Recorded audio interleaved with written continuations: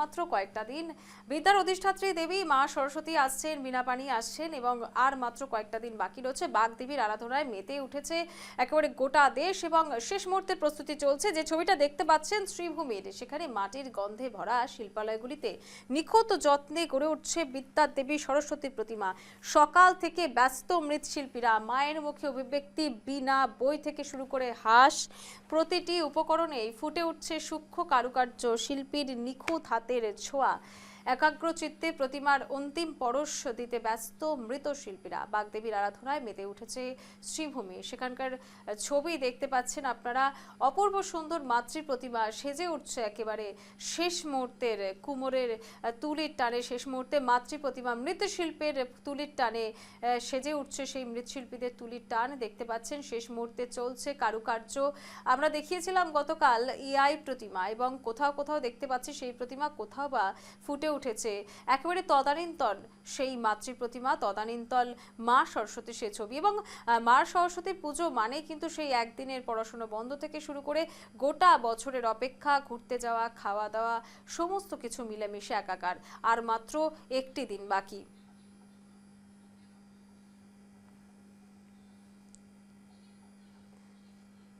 সরাসরি চলে যাবো, আমাদের সঙ্গে রয়েছেন আমাদের প্রতিনিধি অসীম দেব। অসীম, যে ছবিটা উঠে আসছে অত্যন্ত সুন্দর একটা ছবি, চারিদিকে দেখা যাচ্ছে মা সরস্বতীর প্রতিমা বিরাজমান। এবং এই বছর কি দেখতে পাচ্ছ একেবারে শেষ মুহূর্তের প্রস্তুতিতে কি উঠে আসছে সরস্বতী পুজো উপলক্ষে? হ্যাঁ রূপালী, দেখো আর মাত্র একটি দিন মধ্যখানে সরস্বতী পূজার এবং বাগদেবীর আরাধনায় মত্ত হবে সমগ্র শ্রীভূমি জেলা কে ধরে সমগ্র দেশে কিন্তু সেই বাগদেবীর আরাধনা মত্ত হবেন কচিকাঁচা থেকে শুরু করে পড়ুয়ারা, এবং প্রতিটি স্কুল কলেজ এবং বিভিন্ন অফিস আদালতেও কিন্তু সেই বাগদেবীর বন্দনায় মুখরিত হবে। এবং সেই বাগদেবীর বন্দনায় যেহেতু মুখরিত হবে তার জন্য কিন্তু মৃৎশিল্পীদের সেই ব্যস্ততার অন্ত না, মৃৎশিল্পীদের ব্যস্ততার অন্ত নাই। এই মুহূর্তে আমরা আছি শ্রীভূমি শহরের একটি ঐতিহ্যবাহী মৃৎশিল্পালয়, আর আমার সঙ্গে আছে সহযোগী ক্যামেরা পার্সন সুজিত। সুজিত দেখাচ্ছে সেই মৃৎশিল্পালয়ের পরিস্থিতি, দেখাচ্ছে সেখানে 1 ফুট থেকে শুরু করে প্রায় 8 ফুট পর্যন্ত সরস্বতী দেবীর প্রতিমা নির্মাণ করে রেখেছেন মৃৎশিল্পীরা। যেহেতু বাগদেবীর আরাধনায় মত্ত হবে শহর, প্রায় প্রতিটি স্কুল কলেজে সেই বাগদেবীর আরাধনা হয় এবং সেই বাগদেবীর আরাধনা উপলক্ষে মৃৎশিল্পীদের ব্যস্ততা আমরা দেখতে পাচ্ছি। এই মুহূর্তে কারখানায় আছি, যে কারখানায় যেখানে মৃৎশিল্পীরা ব্যস্ত রয়েছেন বিগত কিছুদিন ধরেই তারা সেই মূর্তির অন্তিম পরশ দিতে ব্যস্ত। এবং এই মুহূর্তে তার দৃশ্য দেখা যাচ্ছে যে তারা 1 ফুট থেকে, যেটাই বলেছি আমি, 1 ফুট থেকে 8 ফুট উচ্চতার মূর্তি এবং 500 থেকে প্রায় 8-10 হাজার টাকার মূর্তি পর্যন্ত তারা বানিয়েছেন। এবং তাদের শিল্পালয়ে প্রায় 3 জন কর্মচারী আছেন ওনারা, কিন্তু সেখানে মৃৎশিল্পালয়ের ব্যস্ততা আমরা দেখছি। ওনারা 3 জনই ব্যস্ত হয়ে রয়েছেন। আমরা মৃৎশিল্পালয়ের যে মুখ্য কারিগর আছেন আমরা ওনার সঙ্গে জানার চেষ্টা করব। দাদা একটু এদিকে সরে আসুন। আপনার নাম? আমার নাম শ্রী বিনয় পাল। সেখানে আপনি যে মূর্তি বানাচ্ছেন, কখন থেকে মূর্তি বানাচ্ছেন, কতদিন থেকে মূর্তি বানানো হচ্ছে? আমি প্রায় রানিং 40-45 বছর রানিং কাজ করছি। এখানে সরস্বতী পূজার মূর্তি কত থেকে কত দামের মূর্তি এবং কয় ফুট থেকে কত কোন উচ্চতা? না, মোটামুটি দাম তো ধরেন 500-র নিচে তো কোনো ঠাকুর নেই, আপ টু 8-10 হাজার পর্যন্ত আছে। কয় ফুট মূর্তির উচ্চতা সর্বনিম্ন এবং সর্বোচ্চ তো আপনার ধরেন 14 ইঞ্চি থেকে 8 ফুট পর্যন্ত। কত টাকা দামের মূর্তি? না কত টাকা দাম? না, এটা সাইজের উপরে দাম, কাজের উপরে দাম। মোটাম থেকে মূর্তি কোথায় কোথায় যাবে আপনার এখান থেকে? ওখান থেকে পাতারকান্দি আছে, বাজারিছড়া আপ টু ভাঙ্গা পর্যন্ত আছে। বাজারিছড়া কটা মূর্তি বানিয়েছেন এবং কতজন বানাচ্ছেন? আমরা বর্তমানে 3 জন কাজ করছি, আর মূর্তি বানিয়েছি 35 থেকে 40 টাকা। ক ঘন্টা করে কাজ করে? না, এখানে তো আমাদের সকাল থেকে আমাদের টাইম কোনো নির্দিষ্ট নেই।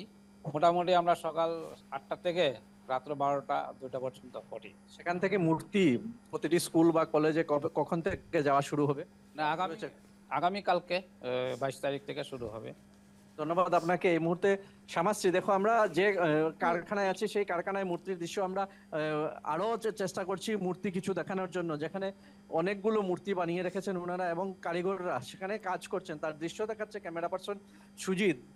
সকাল থেকেই রাত অবধি কিন্তু ওনারা সেই মূর্তি, সুন্দর সুন্দর মূর্তি তারা বানিয়ে রেখেছেন। তাদের মৃন্ময়ী মূর্তি মৃৎশিল্পীদের হাতের পরশেই কিন্তু সেই যে মূর্তি, সেই মূর্তির কিন্তু এখন দেখা গেছে যে হাতের জাদুতে কিন্তু অতি সুন্দর মূর্তি তারা একেবারে বানিয়েছেন এবং অসীম, যে অন্তিম বিষয়টা জানতে চাইবো যে মৃৎশিল্পীরা যারা রয়েছেন তাদের কাছে যদি একটু জানতে চাও যে এই বছর মাতৃ প্রতিমার চাহিদা ঠিক কেমন রয়েছে এবং বাজার দর কেমন রয়েছে।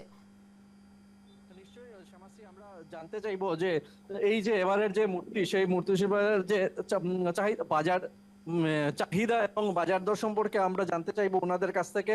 আমরা আবারও ওনাদের সঙ্গে যোগাযোগ করার চেষ্টা করছি। এইবারের যেহেতু আপনি মূর্তি বানিয়েছেন এবং দীর্ঘ প্রায় 45 বছর থেকে আপনি মূর্তি বানাচ্ছেন, তো সেক্ষেত্রে এবারের আপনাদের মূর্তির চাহিদা কিভাবে আছে? না, বর্তমানে গত বছর যেরকম চাহিদা ছিল এবারও ঠিক ওই রকমই চাহিদা।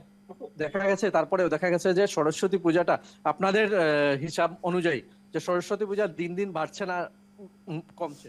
না, মোটামুটি একটু বাড়তেছে, বাড়লেও মোটামুটি যেমন গত বছর যেমন আমি 30 খানা করেছিলাম, এবার 5 খানা ঠাকুর বেশি।